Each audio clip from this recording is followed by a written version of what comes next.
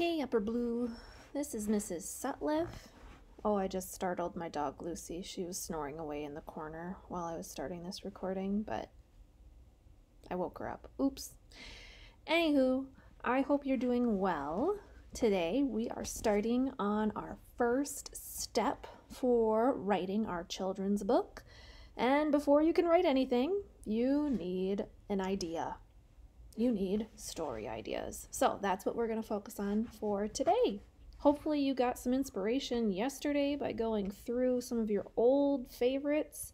If not, you'll get a chance to go through at least one book today with me and my son Eddie. We're going to talk about penguin problems in a separate video that if you haven't seen it already, you will, and it's an amazing book. And if you've seen it already, you know exactly what I'm talking about. So the first step, like I said, is to think about what are some of your own favorite stories that you've read. I know I have read Very Lulu, Penguin Problems. The True Story of the Three Little Pigs is one from when I was a kid. The Rainbow Fish. All of those are books that I have been reading with Eddie, and he loves them all. I have not yet read Dragons Love Tacos, but I just have to assume it's an amazing book because of the topic.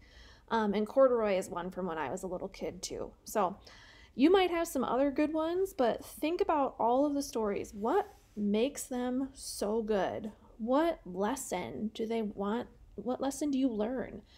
Why do you enjoy them? Is it because the pictures are engaging? Is it because the character, you're just like, oh, I love that character. He was so awesome. What about it makes it really great? Really, try and think about it. So, how do you generate a story idea? Well, figure out what's already there.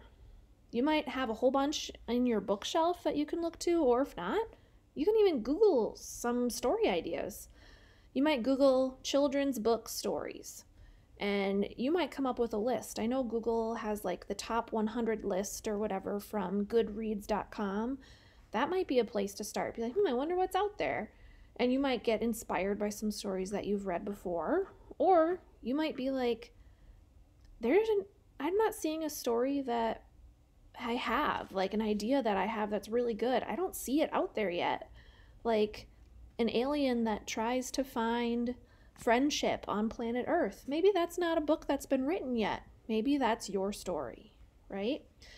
Once you kind of have an idea, you want to make sure that you can add a twist, okay? So there might be 100 books out there about a puppy who lost his mom and can't find her, but what could there be a twist? How could you make it different? How could you make it your own? You want to make sure that you add a little something different. So maybe that puppy has 3 legs. Or maybe that puppy is blind and that makes it extra hard for him to try to find his mom. I don't know. Or maybe if you're talking about bullying, maybe the story is from the bully's point of view. Maybe it's his story. Maybe we find out why the bully is such a bully. Maybe we figure out how the bully figures out how he doesn't need to be mean. You can come up with a twist, but it should always have something that makes it a little different. The third step is to just write out your idea. You want to make sure you have your idea and that you kind of have an idea of who your main character is. You don't need to have a name for that character. You don't need to know exactly what's going to happen, but you should have that overarching story. Here are a few ideas in case you're still like, what, Mrs. Sutliff? I have no idea what you're saying. But I guarantee you will come up with way better ideas than what's on this list. So I wouldn't necessarily use this list, but use it to help inspire you. And maybe you take one of these things and you add your own really cool twist or something like that. So maybe it's a story about a dog that gets bullied by other dogs. It's easy enough. Maybe it's a story about a little boy who's stuck at home during a pandemic. Oh my gosh, does that sound familiar? But he finds a way to have fun anyway. Maybe it's a story about a klutzy dinosaur who's just trying to find what he's good at. Maybe it's a story about a parrot who can't talk, and then he learns how to communicate. Maybe your children's book is about a stuffed animal that gets forgotten about as the kid grows up. Oh, how sad would that story be? Or maybe it's a story about the problems that a snail might have when there's a huge rainstorm. I don't know.